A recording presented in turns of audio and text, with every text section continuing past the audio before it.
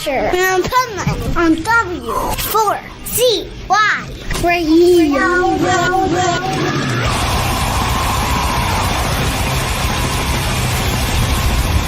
This is the Pipeman here on the Adventures Pipeman W4CY Radio, and I'm here with my next guest who has some killer music. So let's welcome to the show Accursed, and I hope I pronounced that properly, because if I fucked it up, and then I'm an idiot. You nailed it.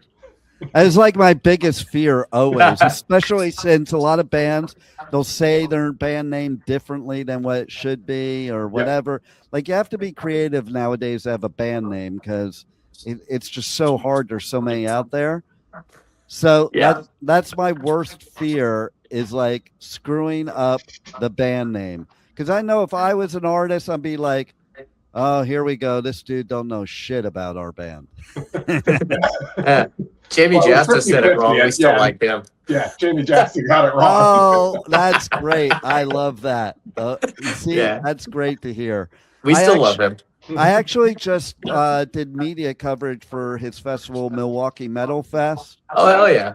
And it's a killer festival. I have to, hands off, I think artists should always be the ones running festivals, because it was so run like an artist was running it. That's awesome. And that is the best compliment I could give. Okay. Yeah, I know he puts everything into that. Yeah, and like he understands what you go through, and that's the point. You know? Yeah, it's awesome. So, and you guys have played when he's done the Jamie and the Josta and Friends thing, right? Oh, so we did Thrash Thursday. So It was Josta, and then Josta and Friends. Yeah. I forget who else was at ours, but yeah. That's pretty Tommy cool. from Prong, I think. No, that was the other one. I think it was somebody from Overkill. We went to a few of them. Was it Bobby Blitz from Overkill? Yeah. It was Bobby Blitz from Overkill. Yes, that is correct. It's funny, when I interviewed him one time several years ago, like I have osteoarthritis in the neck from headbanging and surfing. Oh, wow. Most of the time you can't tell, okay? Because Right. I'll still be headbanging, I'll still mosh and all that. But during the interview, first time it's ever happened, he's like, dude, what's wrong with your neck? Oh, no. And I'm like, oh, I was just headbanging at your set. That's what's wrong with my neck. But it's so funny that he was like so tuned into it. It's funny when, like, I come from that time of the 80s metal.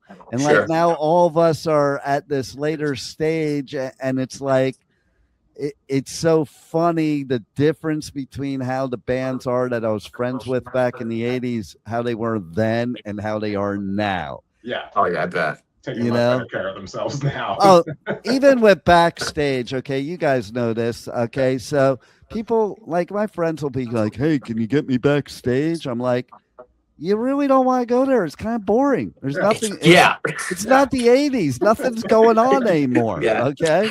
Yeah. And then even the thing with side stage, I'm like, well, if you like how the band sounds, you don't want to sit side stage. Yeah, you're gonna hate it. Yeah. Like, it's cool the first time you do it, and after that, it's like, at festivals, I'll hang out with artists out in the crowd because they want to be out in the crowd too. And that's the best place to be, man. Right out front. Exactly. Is it fun sometimes when you're side stage seeing what's going on? Kind of. Yeah. But I'd still rather be in what's going on. Hell yeah. And that's the key. See, that's, I think, the difference between metalheads and other genres is we're not there for anything else but the pure love of metal. Exactly. Fan first, musician second, or I don't know. The lines are kind of blurred. I'd say it's like 50-50 with me for that. Right? Definitely, like always in the crowd, always trying to mingle. He used to call me the governor or mayor of wherever we go, and it used to drive him crazy because he still drives me nuts, dude. Nice. Gotta have somebody like that. Dave is like eternally outgoing. So, well, there you go. And I'm glad you brought that up too, because everybody thinks that all musicians are extroverted, and most of them are actually not. Yeah, it's weird. I saw a new phrase for that the other day, and I wish I could remember what it was. It was kind of like ambiverted. There's something like it was something about like it was like an oxymoron where it was like an extroverted introvert where like, you know, I definitely hit a wall sometimes, especially in crowds and with people, and like I have a definite social battery, and like, you know, if my mood is off or not right, like I don't want to be around people, but like generally when I'm in good spirits and at a show or hanging, and that's why I love the metal scene so much, is because like I feel like there's more, my social battery seems a little more extended in those situations than just day to day dealing with people, crowds, being out. So, but yeah, I mean, I hate when people want to put labels on you, like, oh, that introverted extrovert. Okay, like shut up. Okay, like why can't I just be who I am? I don't need a label. Like I often say, and people try to label it, I'll say to people like, I'm a total extrovert and a loner at the same time. And most people don't get what that means. So they're trying to say, oh, you're an introverted extrovert. No, I'm not introverted at all. I could be at a music festival with 100,000 people, and I feel like I'm there with my 100,000 closest friends, but that I'm alone at the same time, and the best of both worlds. That's a nice spot to be at, for sure. You know? Yeah. My daughter, even when I said it to her one time, she goes, you know, you're right. I've noticed, like, when we're all around, you are totally involved and with everybody, but you're also in your own world at the same time. Yeah. You know? Yeah. That's the both worlds, like you said. Exactly. And when you're up on stage, I think what people don't get is you go into this zone. Dude, you know? Like, and you don't even, it's almost like an out of body experience. You don't really realize you're there at that moment in time. Right. Yeah, at all. And then on the back end of it, after every show, I like think back and I'm like, oh wow, yeah, I guess we really did do that. Like, right? 100%.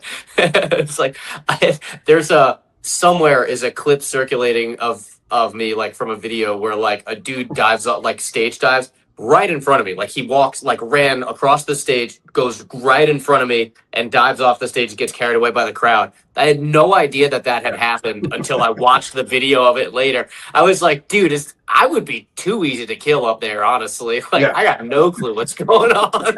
Right. Oh, bro. Yeah. I also know from all the artists I know, and me as a speaker and radio person, like I am nervous right up until you turn that mic on. Yep. And then it disappears, like, and totally. And there's a switch in my head that just changes, you know?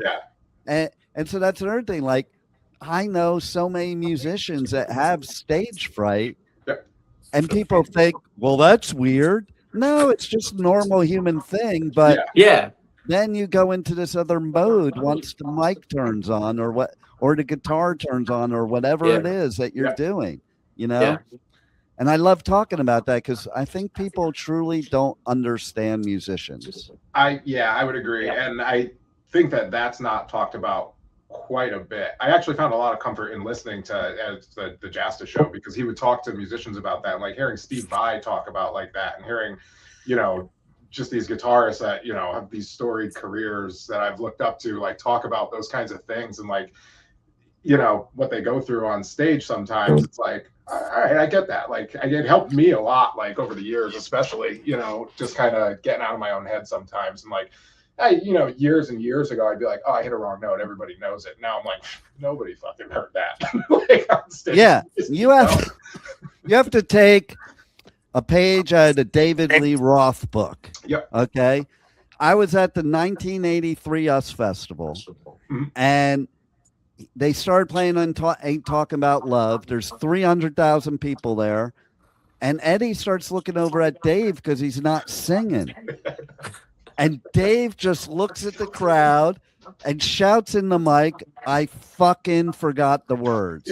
And the whole place cheered like it was the best thing that ever happened. You know? Well, it's just such an honest moment and like such a human thing. And I feel like a lot of like pressure has also come down on musicians lately to like not have those moments and not have it be as human, and just for like the experience to be so perfect for crowds. Like I see, you know, a lot of stage production and backing tracks on a lot of bands, and I'm not going to knock that. Like we've considered doing that at some point, or kind of beefing up some of our production live, but like those moments too, you know, when you see like one of your favorite, it's a unique experience, and it's wholly human, and you know, I can't fault anybody. It just makes it that much more incredible to experience it. That's the beauty of live music, man. Yeah. Like, you know how what you said earlier hit home. You know how many times bands screw up and nobody notices. Yep. Like, Yeah. Nobody.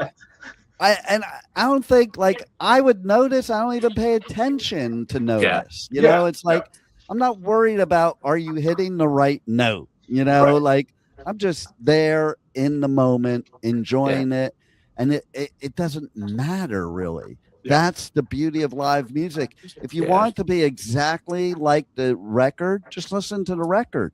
Yeah. It's like you could go home and listen to it. Like you're here for the vibe. Like exactly. Yeah. That's where the Grateful Dead were really smart, because there's no show that you could go to Grateful Dead that was the same thing ever. Go home and listen to the record. My parents were huge fans. That is like what I grew up hearing in the house all day, every day from the record player. Like they were gigantic Deadhead. My mom still is. My father passed, but my mom still a huge Deadhead. So like that was kind of how I was introduced to music, was through that, you know. I eventually found my way to metal, but well, it was kind of similar for me because, you know, I remember like I was into music since I'm little, but I remember at one point in like fifth grade, my friend showed me 2 albums, and they're 2 of my favorite albums to this day. And one was We Sold Our Souls for Rock and Roll, Sabbath, and the other was Skeletons from the Closet, Grateful Dead. And it's like, the whole concept that's the 2 that he showed me that couldn't be more different. Right. But, but it, like, I think it forms, like, that's the thing too. People think that like whatever you're into, if it's metal, punk, or whatever, that's all you listen to. And even back in the 80s when we had the gatekeeping days, you weren't supposed to like certain things, but you secretly did. You know, the 80s version of coming out of the closet is admitting that you liked some new wave. You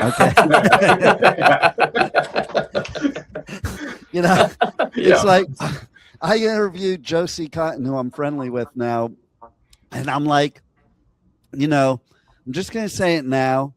In the 80s, I wasn't allowed to like you, but I'm going to tell you, I don't want anybody to know. And this is in the interview. I say it like that. But I secretly did like you back then, but don't tell anybody. Right. Can't have this get out. Right, exactly. But we all like different types of music, different vibes. I was a teenager. I was a total thrash metal head, but I did go to Slayer shows on a Friday night and Dead shows on a Saturday. Just a different vibe, man. But, you know, Deadheads are a whole different, like I have a lot of Deadhead friends. I consider myself somebody that likes the Dead, but the fanaticism just blows my mind. Like that people have for the Dead, like, because I like a lot of their stuff, but if I'm not on drugs, sometimes a little bored by it. That's the key. Right. Yeah, exactly. Like I don't do any of that stuff anymore, but I do remember going to a Dead show, and I took some shrooms, and my whole trip was, I didn't realize till the next day I was actually tripping. I kept saying they were bad, they're not working. I don't feel anything. And then the next day I was like, oh, maybe I did. That's dangerous. Right? Yeah. You know, but and then, you know, it's funny you talk about finding metal. So like, you know, my generation, there was no real metal. Like the closest thing to metal was Zeppelin, Cream, Mountain, you know, Sabbath, obviously. But, you know, it's like I remember stealing my brother's albums from like bands like the Association, the Rascals, the Grassroots. Yeah. And there was this like a chain of events. So then it went to, British metal, Priest, Maiden. Yeah. Then it went to I went to Motley Crue at the Roxy before they had an album. They weren't hair metal. Cool. They were like horror punk. That's awesome. That's cool. Yeah. And I remember going to that show. I'm like, I'm never going to a real concert ever again. That was awesome. Yeah. Next thing you know, I'm going like for Slayer's first show ever, Metallica's first show ever. You're not allowed to like Motley Crue anymore. You're now into Slayer. You're now into thrash and I did. I went through like my favorite bands when I was young were Kiss and the Beatles. Then it was Zeppelin. Then it was Ozzy. Then it was Slayer. You know, and it's like, and then I found Possessed. Yeah. And that was like, oh my God, that's awesome. And now I found Accursed. Hell yeah. We did all that without the internet back then too, which blows my mind even more because like it was a vastly different landscape. Like I similarly, like when I was obsessed with like doo-wop for a while when I was like 13, Elvis Presley for some reason when I was in like 3rd grade, but like, found Metallica when I started playing guitar and wanted to like kind of start leaning into that, started learning like most of Kill 'Em All. And then I had a friend, I was meeting people locally, and that's how it happens. Somebody introduces you to another band, and like very long time ago, probably like 2000, I was introduced to like Children of Bodom. They handed me a Children of Bodom CD and another band called Bal Sagoth, who like you do some digging on it. It's kind of, I wouldn't even know how to describe it now. I probably haven't listened to them in 25 plus years, but pretty epic. There's swords and there's a lot of like, very epic metal. But as soon as I heard that, I was like, there's so much more going on. And then like, I'd go back to listen to Metallica and I was like, I can't, like, I still appreciate it, but like my journey kind of started there. And those were like my formative years of just getting into like, Melodeath from like Finland, Sweden, some black metal from Norway. I didn't get too into that. Well, I was there and got confirmed a few weeks ago in an interview when Kronos from Venom punched out Tom Araya, all because he said, "You guys aren't black metal, we're black metal." Yeah. Kind of badass. And it, so for me, there were two things. One was the tape trading days, of course. That's how you found your music. Yeah. But I used to go into this record store in the Valley. I tell this story a lot because it's so cool. And there was this record store called Oz Records. And there was this record clerk there that every time you went in, he would hand you an album and go, "You got to check this out." Or he would show you a flyer for a gig. "Go to this gig." Yeah. And that was Brian Slagle. And it was when he started Metal Blade Records. Okay, damn. And that's cool. Yeah. Right? And like, you don't even think, he didn't even think, because I approached him a few years ago. I'm like, "Hey, man, that was a brilliant marketing move." He's like, "I was just a record store clerk, man." Like, I didn't think of it that way, but I do think of it that way because it's like, what better way to promote your bands but to be a record store clerk? Dude, that's kind of a sick move. Right?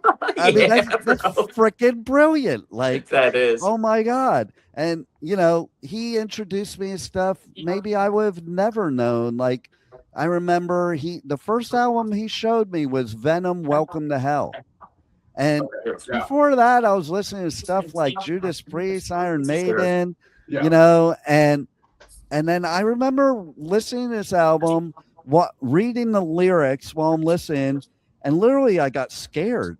I was like, what the hell? And, obviously I'm not scared anymore, but, it wears off. Yeah. Well, and then you find out too that, it's not what everybody thinks. Like, I had the initial reaction that probably everybody had about me and what Like I used to get called a devil worshiper because I wore an Ozzy shirt, Yeah. you know? It's nuts. And I remember hanging out with Slayer back in the day, and they would laugh backstage that people thought they were actual devil worshippers, you know? Yeah. And people don't read the lyrics either. That's the problem nowadays. Like, maybe if you read the lyrics, you would know what they're actually meaning by it. Yeah. And Yeah. I think that's what happened with people, like parents back in the day, like that were, oh my God, like the parents should have just read the lyrics and they would have realized that it wasn't what they thought it was. Yeah. So how did this come about? How did you guys come about? So Interesting. Yeah. It's,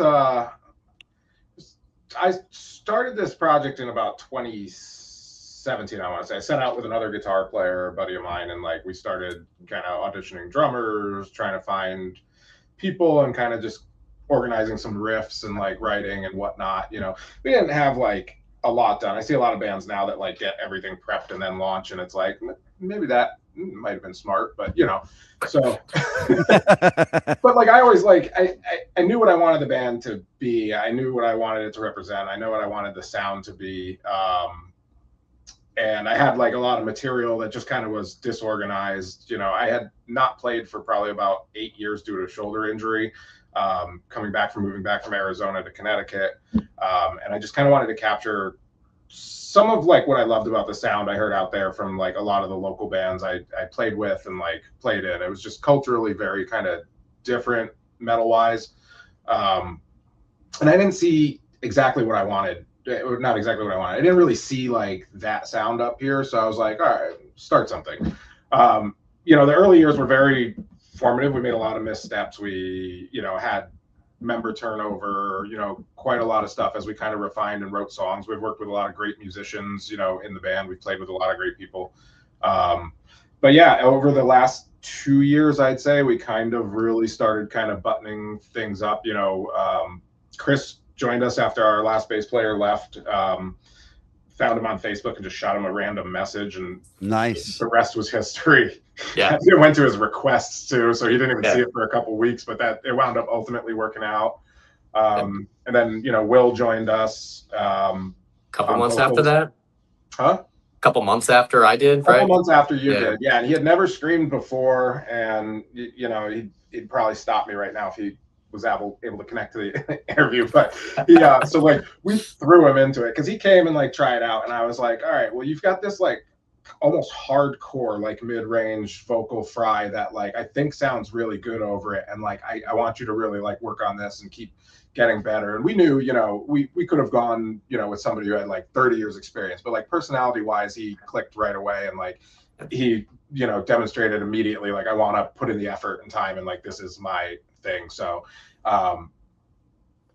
Will, if you're watching this at some point, we love you. But we like immediately, you know, one of the first shows we did with him was CT Death Fest, like right after he joined, and then like right after that we threw him in the studio because we had 4 tracks, like everything was done except for vocals, and it was like, you're up, bud. And he was like, ah. So it was a learning experience for him. He really like we threw him into the deep end of the pool, but definitely, you know, he did amazing, and every day he just gets better and better.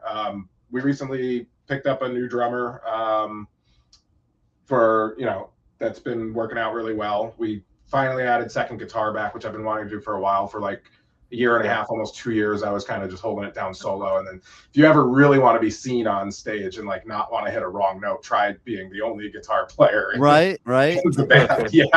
Yeah, it's unnerving at times, but yeah. So but yeah, and you know, we in losing our last drummer and before finding Ethan, you know, we wanted to get something out because it had been a few months since we had done anything. And we've got material written for probably 7-song LP. We're still kind of like moving some of that stuff around, but like, you know, we're going to plan on starting to record that soon. But Sever was a song that like was done, and we wanted to get it out just to give people something, kind of bridge the gap. I know it's not the like industry way to do things. I know people are like, no, you have to like have stuff ready to go. I'm like, I don't care. Let's just play. The song is pretty fucking awesome, and like I wanted to get it out. So like we did the fly by the seat of our pants, mad scrambled, oh, we're coming down to the wire. We already set the launch date. We need artwork. We need this. So we're like, Yeah. and we're still learning all that stuff too, which, Chris has been instrumental in that. Will's been really helping out with that. I handle a lot of it. We all work full time too. So it's really like another full-time job, but we're starting to kind of figure out how to do this a little less intensely, chaotically on our end. But I mean, every day is a learning process. Everything we do is an opportunity to learn like what works, what doesn't, and to keep refining what we're doing. Like the new material that we're writing now is like, and I think you can probably hear it through the catalog. Our old guitar player TJ contributed a lot of the writing to the first album. A lot. 2 of the songs he wrote, and then him and I worked on the other 2 and kind of buttoned that stuff up and traded riffs. We did a cover of Cold, and we dropped Beneath the Burning Sky. I think he wrote the outro piece in that song. So still, I think that was kind of the last of the contributions there. Going forward, it's been me writing with Chris and Will.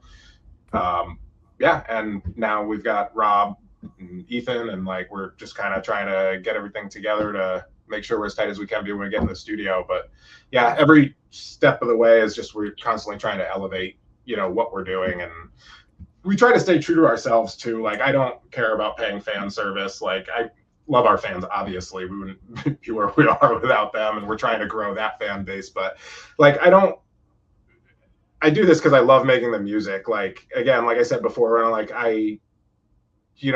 I do get stage fright too, and I do black out, and I have fun and like whatever, but like I've talked to Chris about it. It's probably my least favorite part about being a musician. I'm sure people would be like, that's insane. Like, why do you do this then? It's like, well, because when I connect with my guitar and I'm like playing late at night and I'm like writing a riff or a song or like inspiration hits me and like something comes out, it's like that, it feels more like a conduit than a creator. And it's like, I want to put the music out. I feel like there's more music in me that need, to be shared. And like these guys, they keep me real. They keep, we try to keep each other in check. Chris lends like such, I don't even know what on bass. Like he's a madman on bass. And then like, compositionally, like he keeps me in check, and then we'll argue, with the final process of writing a song. We sure do. In a room and argue about like what should be what. So.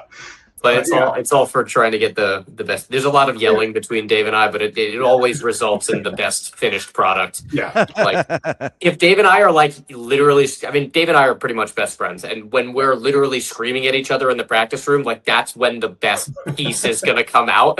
Yeah. It's like because we always come to the same place where we're like bicker, and then it's like, fuck it, we'll just play it both ways and whatever sounds best, and then we'll A-B it, like play it both ways, and inevitably one of us goes over and shakes the other guy's hand and is like, okay, you were right, fine, okay, it's better that way. So it's kind of like you're like Hetfield and Lars. Kind of. I guess, yeah. Yeah, kind of. Yeah, we're going for that. But I love hearing all that because I think a lot of people also don't realize that the band doesn't really become the band until you get to that lineup, that evolution of the lineup, Yeah. And that's where you're kind of at now, which is cool because that people don't realize too, as musicians, you want to evolve and you want to get better at your craft. A lot of us fans, we like for you to stay a garage band, but who wants to do that if this is what you're doing for a living, and for passion? Yeah. Right. Yeah. Definitely. So tell everybody how they can reach out to you and connect with your music, buy your merch, check out everything that's going on with you guys. Sweet. Yeah, of course. Obviously socials would be the best place to kind of keep an update on what we're doing day to day and what's coming up. We've been a little quiet recently on there, but we're kind of working on some content and getting better at posting and stuff. As much as I'm in IT, I'm the oldest, and I'm just like, I can't after a certain time of the day with screens.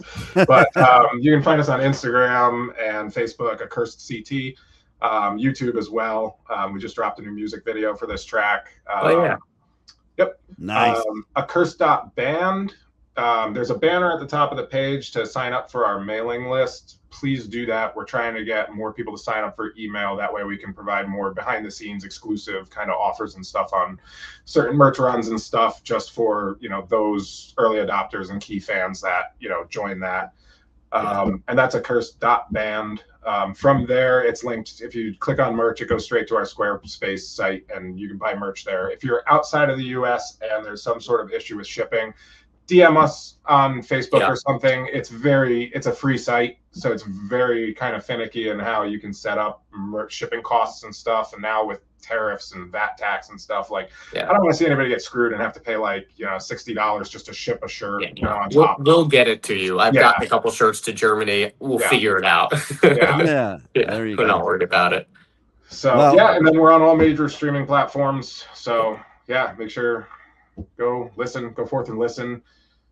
And let us know if you want us to come play your town, if it's when we're trying to expand kind of regionally at this point. So we're focused on a lot of shows kind of around New England and Connecticut and trying to book there. So well, come on down to South Florida. Nobody likes to come here because it sucks here. I'm all in. I'm 100% in. Where exactly are you? I'm near West Palm Beach. There's actually a couple real cool venues near me. One's Respectable Street in West Palm. Okay. And then in Fort Lauderdale, there's this one, the Culture Room, that I dig. Cool. But we definitely need to see you on the Danny Wimmer festivals. All right. Dude, well, my aunt's in Hollywood, so I know she'd let us crash there, and then let's go from Fort Lauderdale there. So there you go. Yeah. Well, hell yeah, man. I did watch your video. You guys are badass. Everybody's got to check out your music. Thank you. And hope to see a lot more great music from you guys. And thanks for being on the Adventures of Pipeman. Thank you. We really appreciate you. You got it. Thanks so much. Take care.